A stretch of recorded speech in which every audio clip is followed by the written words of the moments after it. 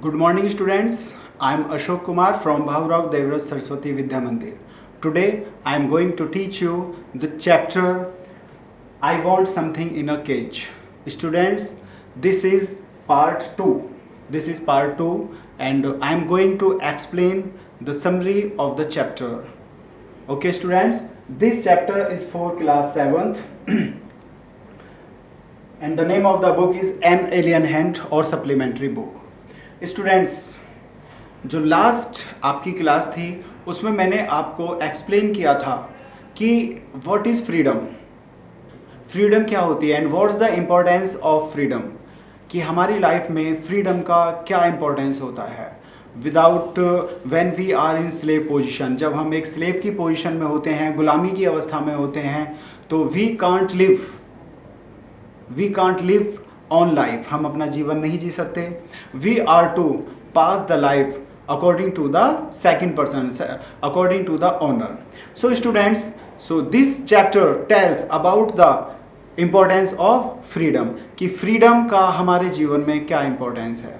Okay student, through this chapter you can know about the importance of freedom.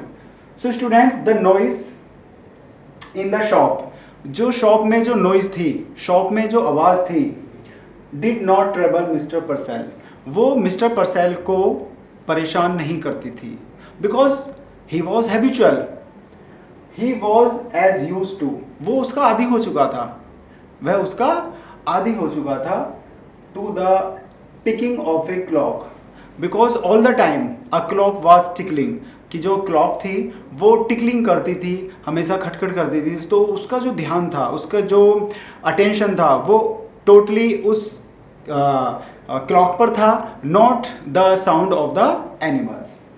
The customers who came to buy a pet, जो customers होते थे जो कि PAT को खरीदने के लिए आते थे, किसी भी टाइप के जो जानवर को खरीदने के लिए आते थे, पशु पक्षियों को खरीदने के लिए आते थे, also did not mind this noise, वो भी यहाँ माइंड का मीन्स है कि वो उस चीज़ को कोई अटेंशन नहीं देते थे, वो उसको ध्यान नहीं देते थे।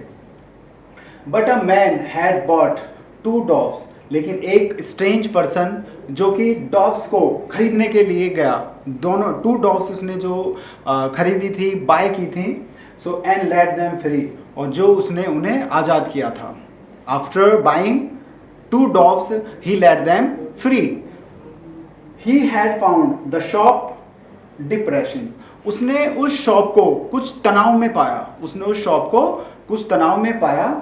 He asked the owner, उसने ऑनर से पूछा, if all the noise did not upset him, कि जो नॉइज़ है क्या तुम्हें वो अपसेट नहीं करती है।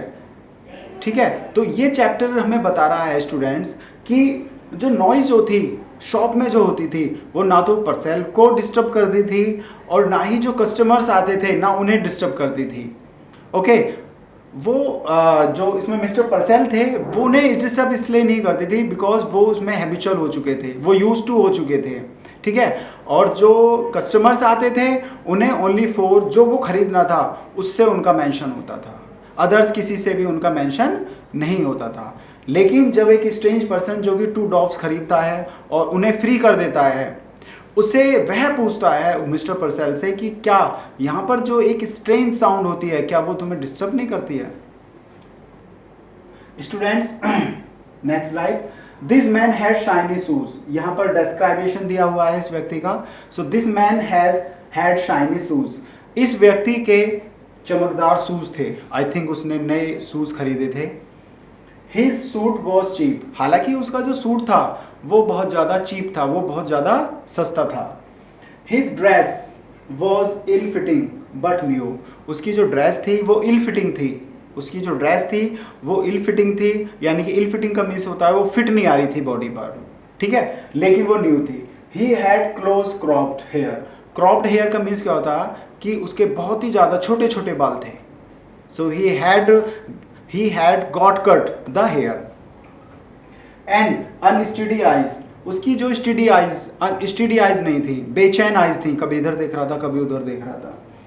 He did not seem very clear, वो स्पष्ट नहीं दिखाई दे रहा था। He was not sure as to what he wanted, कि वॉट ही वॉन्टेड, कि वो क्या चाहता था. He was not sure what he wanted. So he had been just released from prison. और ये उसने, ये इस चैप्टर को पढ़ने के बाद ऐसा फैक्ट होता है कि वो जो है बिल्कुल प्रिजन से, जेल से ही छूट कर आया था. So he wanted to buy an animal. इसलिए वो एक एनिमल खरीदना चाहता था which could give him a taste of freedom, जो उसे आज़ादी का टेस्ट दे सके, जो उसे आज़ादी का टेस्ट दे सके. His eyes fell on a pair of dogs. अब उसकी आंखें जो होती हैं वो कहाँ पर जाती हैं, एक डॉग्स पर, एक पेयर ऑफ डॉग्स पर जाती हैं. जो डॉग्स होता है बेटा, उसे फ्रीडम बहुत ज़्यादा पसंद होती है. वो एक हाई अबव द स्काई में फ्लाई करना लाइक करता है वो, यानी कि उसे ऊंचे आसमान में उड़ना पसंद है. सो जो डॉग्स होती हैं उन्हें फ्रीडम बहुत ही ज़्यादा पसंद है. ठीक है. So that's why he choose two dogs. He knew that, वह जानता था that the doves loves to fly high in the air, कि उसे एयर में उड़ना बहुत ज़्यादा पसंद है. He did not buy the doves because he loved them. उसने जो डव्स थी इसलिए नहीं खरीदी थी कि वो उन्हें पसंद करता था, उन्हें प्यार करता था, बल्कि उसने इसलिए खरीदी because he wanted to take the taste of freedom. वो देखना चाहता था कि एक गुलाम पक्षी जो होते हैं, जो एक पिंजरे में बंद हैं, आफ्टर गेटिंग फ्री, आज़ाद होने के बाद वो कैसा फील करते हैं. वो उस फीलिंग्स को महसूस करना चाहता था. So students, this is a turn off homework. Students, you are to write the question answer of this chapter. So the first question is, why did the noise not trouble Mr. Purcell? तो इसका answer क्या होना चाहिए बेटा, कि जो noise जो थी, जो एक साउंड था, एक स्ट्रेंज साउंड था, वो मिस्टर परसेल को क्यों डिस्टर्ब नहीं करता था? Because he was use to, क्योंकि वो उसका आदी हो चुका था. And the next one is, what did the strange man do in the shop? उस स्ट्रेंज व्यक्ति ने क्या किया? तो क्या किया बेटा उसने? He bought two dogs. उसने वो 2 डॉग्स खरीदी एंड लेट देम फ्री, और उन्हें उसने क्या कर दिया? वो आज़ाद कर दिया. So the next one is, what did he ask to the shopkeeper? उसने शॉपकीपर से क्या पूछा? उसने पूछा कि क्या तुम्हें ये नॉइज डिस्टर्ब नहीं करती है? So do you not feel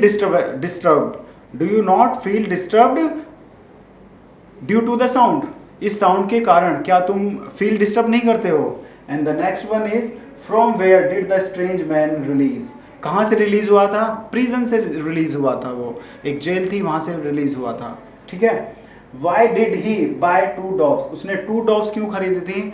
he bought 2 dogs because he wanted to feel the importance of freedom. वो फ्रीडम की इंपॉर्टेंस को फील करना चाहता था. किन के अंदर? उन 2 डॉग्स के अंदर, जो कि फ्रीडम को बहुत ज़्यादा पसंद करती थी. How was his shoes? उसके शूज कैसे थे? उसके शूज शाइनिंग थे, शाइनी शूज थे उसके. And the last one is, how was his suit? उसका सूट कैसा था? इल फिटेड था बट न्यू. यानी कि वो फिट नहीं था बट वो न्यू था. So students, this chapter has been finished. You are to do the answers of these questions. Okay students, bye, thank you.